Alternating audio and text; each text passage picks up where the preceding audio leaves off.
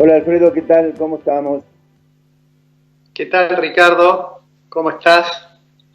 Bueno, ¿cómo Aquí, estamos? Recién hiciste un comentario sobre la situación económica. Se conoció las proyecciones del Fondo Monetario correspondiente a abril, las perspectivas de la economía mundial, y tal como vos decías, eso muestra una estimación con obviamente las limitaciones que tienen todas las proyecciones, pero que indica que el producto global, el producto bruto de todo el mundo va a caer y que casi todas las economías caen, la Unión Europea cae la economía de Estados Unidos. Una de las pocas economías que muestra digamos, un indicador positivo, pero claramente menor, es la economía china, tal cual lo decías. Eh, ¿Cuál es la sensación que se tiene cuando uno mira la información? Bueno, es obvio que las decisiones que tienen que ver con el aislamiento y con las medidas que se deben tomar a los fines de intentar morigerar los contagios de esta pandemia, obviamente tienen un costo en lo económico. Y cuando uno analiza, casi todos los informes indican que esta crisis va a ser más profunda que todas las anteriores, inclusive más profunda que la crisis de los años 30.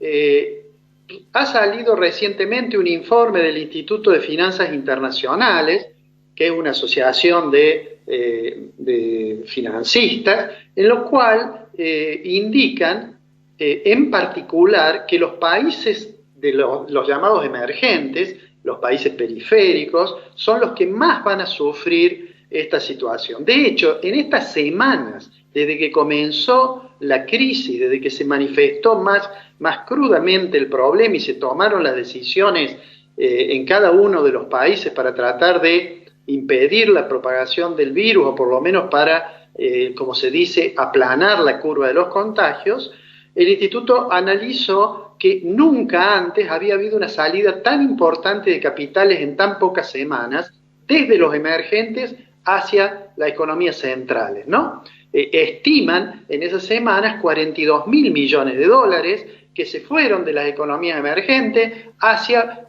digamos, puertos más seguros, entre los cuales se destaca obviamente los bonos del Tesoro de los Estados Unidos. Todas las bolsas han registrado además caídas. Londres, Wall Street, la bolsa de Japón, todas han caído. Es más, si uno mira el indicador de la bolsa que se llama Dow Jones cayó a un nivel que es el descenso más brusco que ha tenido desde 1987. Es decir, digamos, el impacto es muy fuerte. Por eso el fondo estima que va a haber una recesión muy grande, que prácticamente todos los países entran en recesión con muy pocas excepciones. El Banco Mundial también ha pronosticado, por ejemplo, para América Latina, ha pronosticado que va a caer aproximadamente 5%, Argentina y Brasil también van a caer, 5,2 Argentina, 5 Brasil, es decir, que ese impacto es realmente muy fuerte, es mucho más fuerte que lo que fue la crisis de los derivados financieros de 2008-2009, aquella crisis que se originó en los títulos de hipotecas subprime, y entonces la sensación es que estamos por atravesar un periodo en los cuales van a aumentar los niveles de pobreza y sobre todo para los países menos sólidos, como es el caso de Argentina,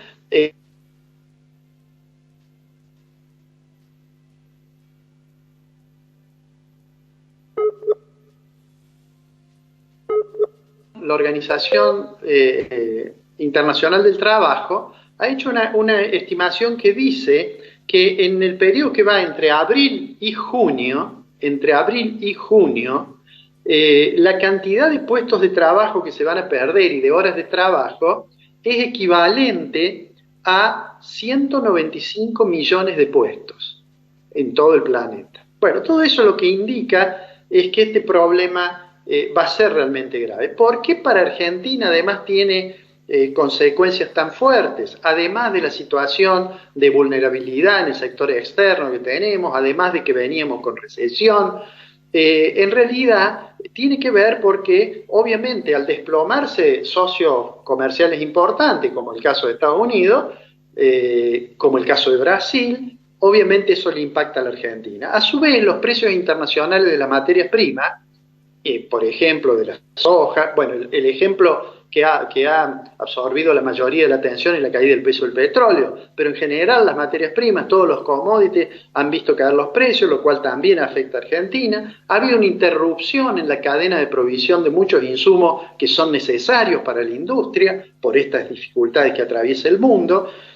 además de desaparecer la demanda por servicios turísticos, además de la fuga de capitales que habíamos mencionado.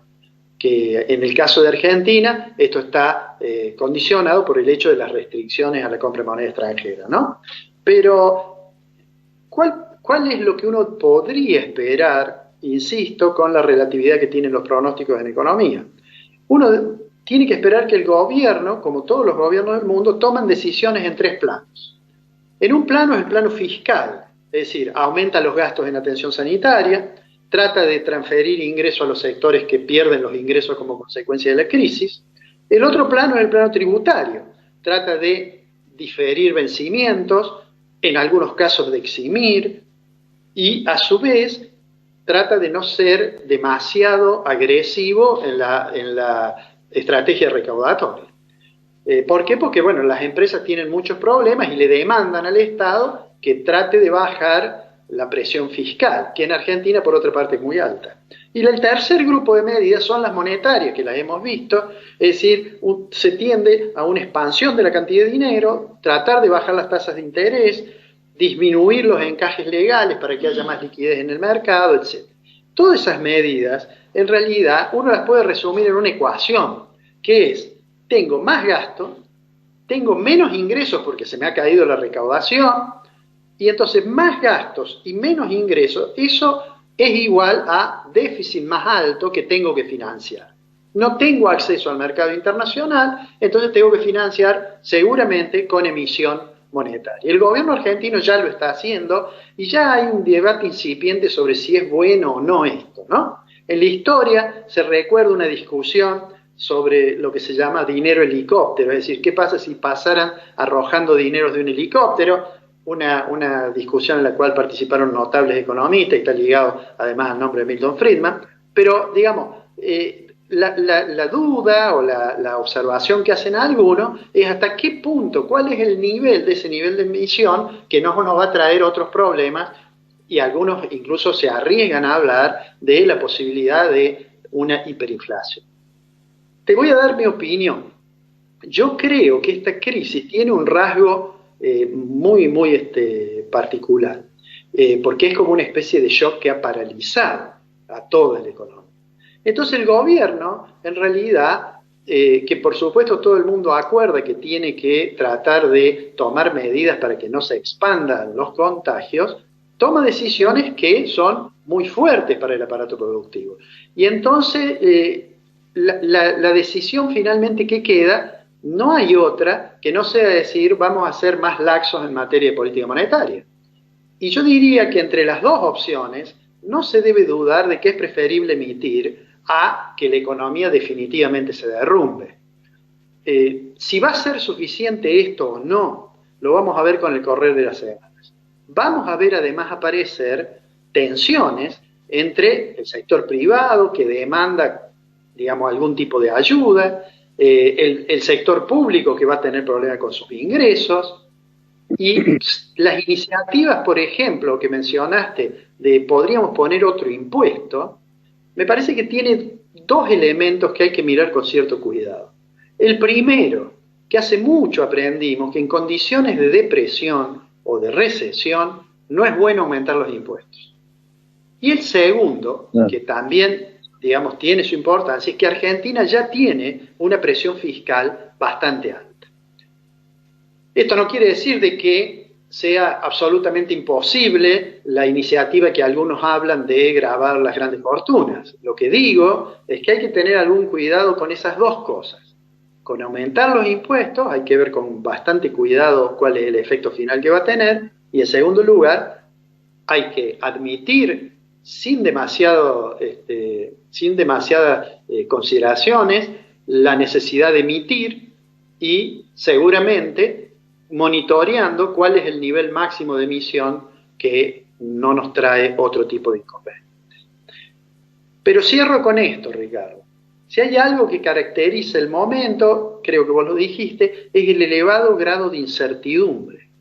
¿Y por qué hay incertidumbre? Porque en realidad la posibilidad de que haya, digamos, anuncios más concretos, fechas más específicas para recuperar el nivel de actividad, para que volver a la actividad en la economía, todo eso depende de lo que ocurre en otro plano, que es el plano estrictamente sanitario. Y en la medida en que no haya un poco más de certidumbre sobre aquello, bueno, las decisiones en materia de política económica van a seguir siendo, en alguna medida, un poco improvisadas. No hay mucha opción a hacer eso. Como dijo alguien refiriéndose a la cuestión sanitaria, un reconocido sanitarista, dijo, es como si estuviéramos escribiendo el libreto de la obra de teatro arriba del escenario. Bueno, eso sienten los sanitaristas. Eso también se siente en la economía. El libreto recién se está escribiendo mientras están ocurriendo los acontecimientos.